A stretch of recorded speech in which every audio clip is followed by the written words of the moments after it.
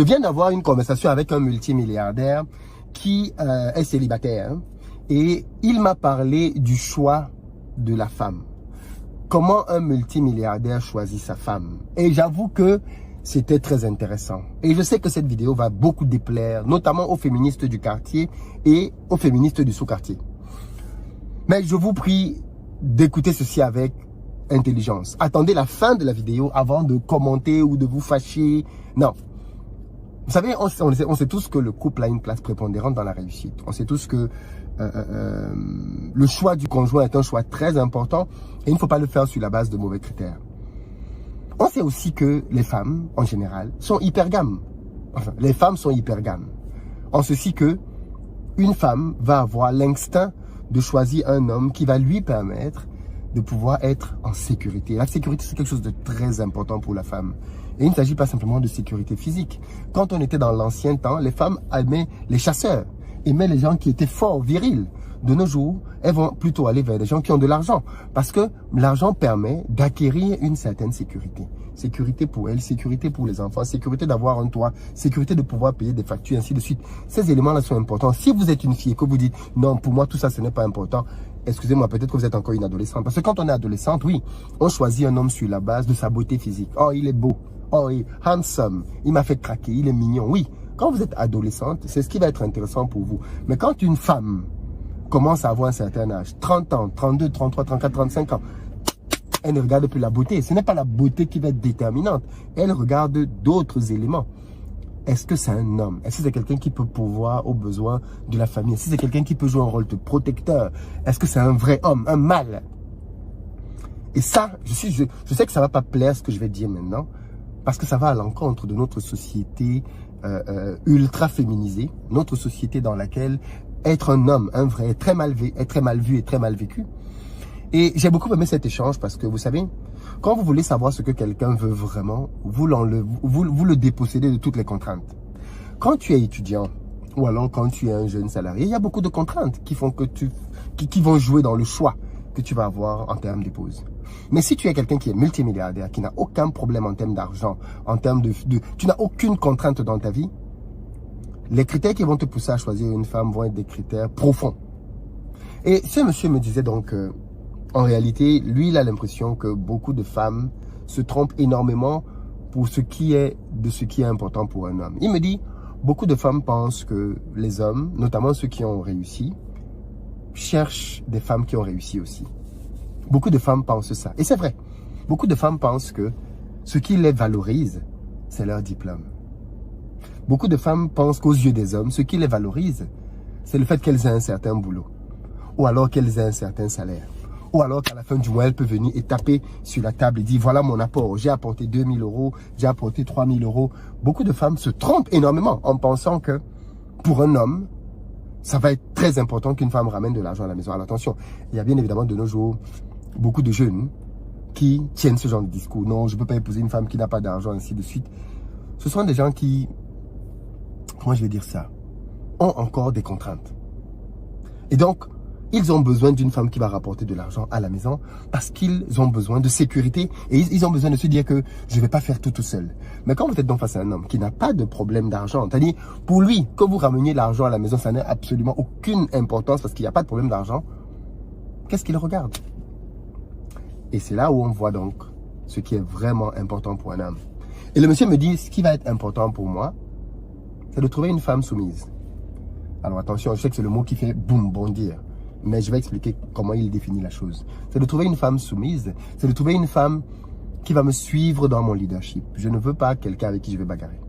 Je ne veux pas quelqu'un qui va venir me dire que c'est 50-50. Je veux une femme qui va pouvoir être une bonne mère pour mes enfants.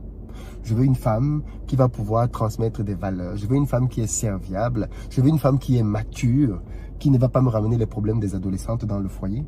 Je veux une femme qui a la maturité de comprendre les implications d'être avec un homme comme moi, en termes de travail, en termes d'intensité, qui ne va pas me faire des crises parce qu'à 18h30, je ne suis pas rentré à la maison. Si elle veut épouser quelqu'un qui va rentrer à la maison à 18h30, qu'elle aille prendre quelqu'un donc qui a ce type de boulot. Mais quand on a un certain patrimoine à gérer, on ne rentre pas à la maison à 18h30. On ne rentre absolument pas à la maison à 18h30. Donc, elle ne peut pas... Et une femme mature doit comprendre ça. Elle doit comprendre que son homme, c'est quelqu'un qui est pris par le travail. C'est quelqu'un qui ne peut pas se dévouer. C'est quelqu'un qui ne peut pas être au lit avec elle tous les soirs à 18h30. C'est pas possible. Il ne peut pas faire ça. Donc, il dit qu'il attend d'une femme une certaine maturité.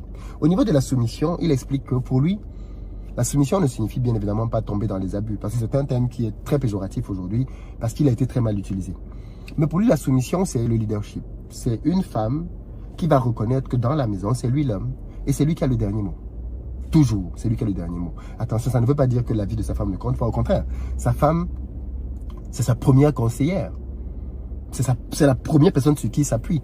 Mais au final, à la maison, c'est lui qui a le dernier mot. Il explique que pour lui, un homme qui a du leadership, c'est un homme que toutes les bonnes femmes aiment. Il explique que le leadership, c'est quoi? Un homme qui a du leadership, c'est un homme qui va toujours faire progresser sa femme. C'est un homme qui va toujours demander à sa femme, quel projet tu veux réaliser? De quoi tu as besoin? Comment est-ce que je peux te soutenir? De quel type d'aide tu as besoin? Où est-ce que tu es bloqué? Comment est-ce que tu te sentirais plus épanoui? C'est quelqu'un qui va être activement engagé et impliqué à aider sa femme à devenir une meilleure version d'elle-même. C'est donc un homme qui va être présent pour sa femme, pour la faire grandir. Alors bien évidemment, sa femme aussi, par ricochet, va le faire grandir. Mais il va accorder une grande importance à ce rôle. Mais vous ne pouvez pas laisser quelqu'un avoir ce rôle de leadership dans votre vie si dans votre esprit, vous ne lui donnez pas une position de leader. Je sais qu'il y a des gens qui disent, oui, on est leader à deux, ainsi de suite. Dans un bateau, il n'y a pas deux capitaines. Il n'y a pas deux capitaines dans un bateau, il y en a un seul. Si les deux avis sont importants, à la fin de la journée, il faut pouvoir trancher. Et si vous êtes en couple, vous savez bien que de temps en temps, il arrive que tous les deux, vous ne soyez pas d'accord sur quelque chose. L'école des enfants, par exemple. Où est-ce que les enfants vont étudier? Dans quel quartier on va habiter? Et ainsi de suite. Et un homme a besoin de savoir que sa femme considère sa position pour lui donner ses arguments, se battre pour ses positions, mais reconnaître au final qu'elle est sous le leadership de cet homme-là et qu'elle va le suivre. Alors, quand il a dit ça, on était à table, hein, il y a des gens qui étaient « Ouais, mais non, c'est pas possible. Comment on peut encore avoir des positions aussi rétrogrades de nos jours ?» Et il a dit « Mais c'est pour ça que de nos jours aussi, les couples rompent tous les jours. C'est aussi pour ça. Vous voulez, là il parlait de ces dames-là, vous voulez jouer le rôle des hommes et vous voulez quand même bâtir des foyers stables et durables. C'est pas possible. Ce n'est pas possible. Alors moi, j'étais juste... J'observais la scène, j'écoutais, c'était chaud. Mais qu'est-ce que vous en pensez, vous?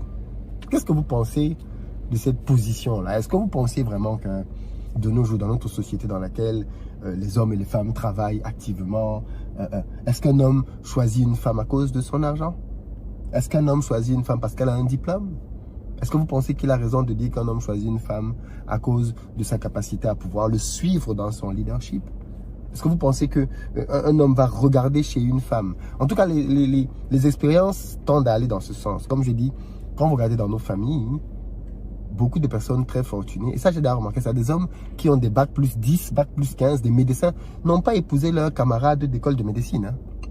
Non, non. Ils sont repartis épouser des femmes qui n'avaient même pas la moitié des diplômes qu'ils avaient.